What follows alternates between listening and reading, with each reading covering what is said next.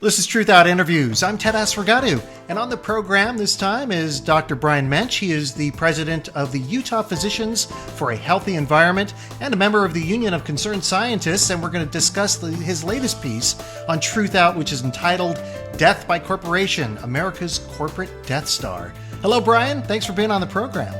Good evening. People are often reluctant to change their habits, and corporations, which are comprised of people, usually are just as reluctant. We see this when it comes to regulation. Dodd-Frank is supposed to rein in some of the excesses that caused the financial meltdown that led to the Great Recession. And now corporate interests are fighting back with a couple of legal moves. And you highlight this in your article. And the first one is the Senate Bill 1173, which is the Independent Agency Regulation Analysis Act of 2013, and that is a mouthful. But the big guns really come out with the TPP, or the TransPacific Partnership. Can you explain briefly what that is?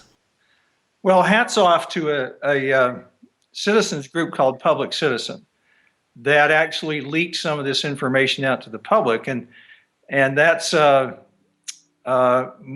is a sad commentary, if you will, on the current state of our government, in that these, quote, trade negotiations have been going on for at least a couple of years.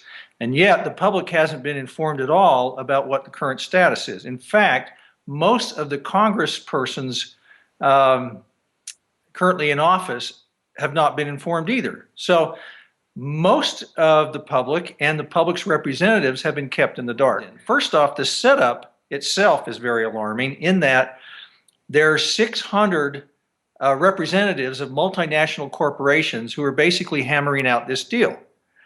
So if the international corporations are currently at the table en masse, 600 of them, well, you can just imagine whose interests are being protected during these negotiations. There are three provisions. The first is it severely limits the regulation of foreign corporations who operate within our country's borders.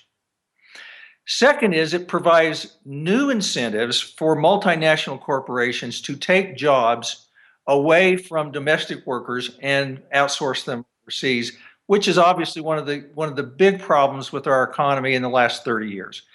So it actually accelerates that process, incentivizes most of these companies who are already doing that to do even more of it. But the third thing is probably the sort of development that you expect Glenn Beck to be talking about as a full-blown conspiracy theory. The third development is it actually sets up an entire alternative legal system for these multinational corporations that circumvents domestic law. Now, let me give you an example of how that might affect a community. I'll give you my own community as an example. Our physicians group has been fighting air pollution violations by Rio Tinto, that operates the second largest open pit copper mine in the world, about 20 miles away from Salt Lake City, which is a valley of about 1.5 million people. Because of the health consequences of that pollution, we have been taking them to court for violating the Clean Air Act.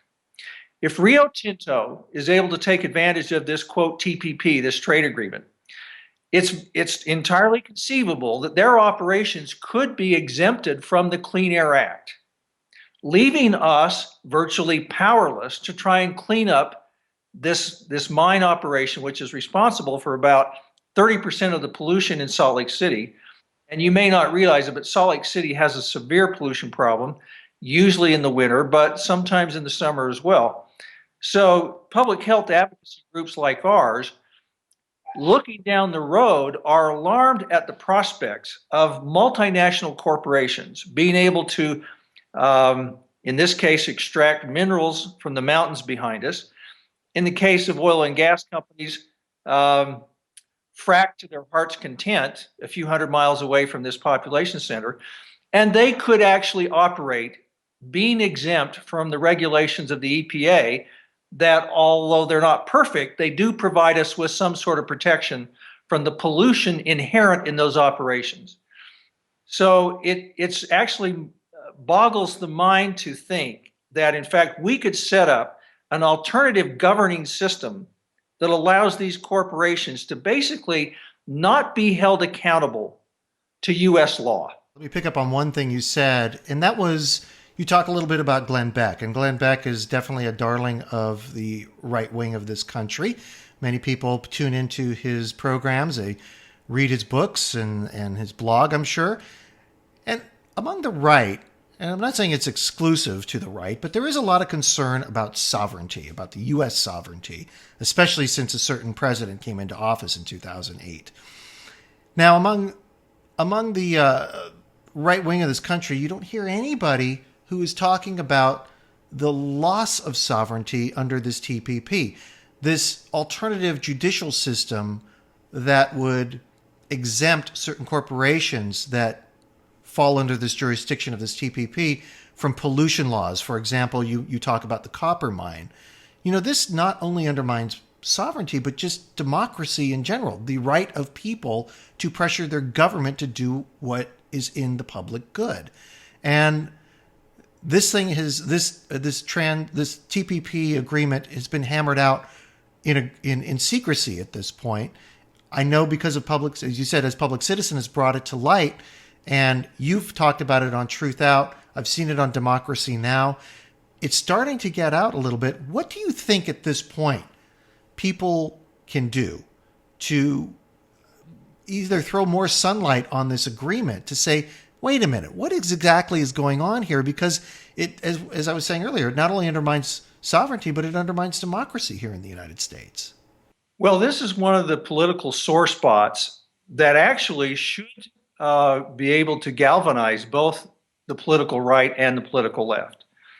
If you want to call environmentalists part of the political left, and I might disagree with that, but that's perhaps fodder for another discussion later. Because if you take environmentalism in general, they're trying to conserve the planet, and in that sense, there's kind of a conservation aspect of it, if you will.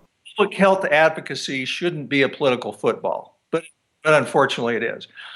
But if you take the political left, they certainly have some profound disagreements with the potential for real harm to overall environmental protection laws, both at the federal level, the state, and even the local level. But then you have, as you alluded to earlier, you have the political right that is obsessed with United States sovereignty, obsessed with exclusivity, with the fact that the United States is number one. We always have to be number one in the eyes of the right wing. American exceptionalism is a very dear doctrine of the political right. This part of the political spectrum should be equally alarmed by this TPP as the political left, because this truly does set up the potential for a world governing body that has the power to circumvent domestic law, and domestic law at every level, the federal, state, and the local level. So at least from a conceptual standpoint, we should have Glenn Beck and all of his minions, and Rush Limbaugh and all of his devotees, and everyone who watches Fox News should be just as alarmed about this prospect as everyone on the left of the political spectrum. And yet, I don't spend a lot of time watching those kinds of programs or listening to them, but I see very little evidence that this is on their radar. Speaking of one of the things that undermines the public good is food safety issues. The TPP effectively guts those, and you highlight that in your article. Can you highlight, or at least explain, how this agreement would effectively do that? Well, let's take, for example, seafood. Most of our seafood is imported now from other countries, from Asia, for example. Now, I don't mean to badmouth China for any particular reason, but if you know anything about China, or if you visited there, which I have in the last few years, you know that China has become an overall pollution nightmare. So if you trust the Chinese to basically regulate their food system, and let's take seafood, for example, if you trust them to actually harvest or raise seafood, bring it to the United States and think, well, we're going to do fine because the Chinese are so careful with their food and safety inspection, then maybe you like the TPP, but right now we're inspecting a minute fraction of all the seafood that comes into this country, and we're only really inspecting it for about 16 different chemicals and contaminants. If the TPP comes to fruition, then it expands this sort of exemption of other countries bringing food into this country when we already have, in my view, a serious problem with lack of inspection, lack of safety enforcement. Very little of our food really is scrutinized. All of those kinds of problems will be magnified many times over because of the TPP if it's enacted. A lot of people think that free trade is a good thing, and in some ways it is. And in other ways, it tends to undermine certain bedrock foundations of our society, especially societies that in the United States that have laws on the books and regulations on the books for a reason. I mean, you just have to go back to the 1960s to see how polluted, say, Pittsburgh, Pennsylvania was, or Philadelphia, Pennsylvania, or, a good chunk of the Northeast through factory smoke, water pollution, and so forth. So this stuff doesn't come out of a vacuum. It comes out of real problems that people want addressed in their society. And the only way that they can do that, they're not going to go to a corporation and say, can you please just, kind of self-regulate just because you're nice people? It doesn't happen that way. They're going to have to be forced to do it. And the only mechanism that people have to enact that will is through their government, by petitioning their government, by pressuring their representatives, by doing all the things we learned in civics, write your congressman, stay informed, keep the pressure on. But it does work. And the problem is that the corporations have vaster resources. They have much more money. They have more time. They can hire people to keep the pressure on politicians to do their bidding. And so individuals who may be watching this video may say, my gosh, what can I do? And they feel like they're just this one person. And then you think about the corporate interests, and you talked about 600 corporations that were involved in the drafting of this TPP, and they may feel somewhat powerless to do it, but they're not alone, that's for sure. There are a lot of people that are going to be very concerned about this and have the wherewithal to take the time.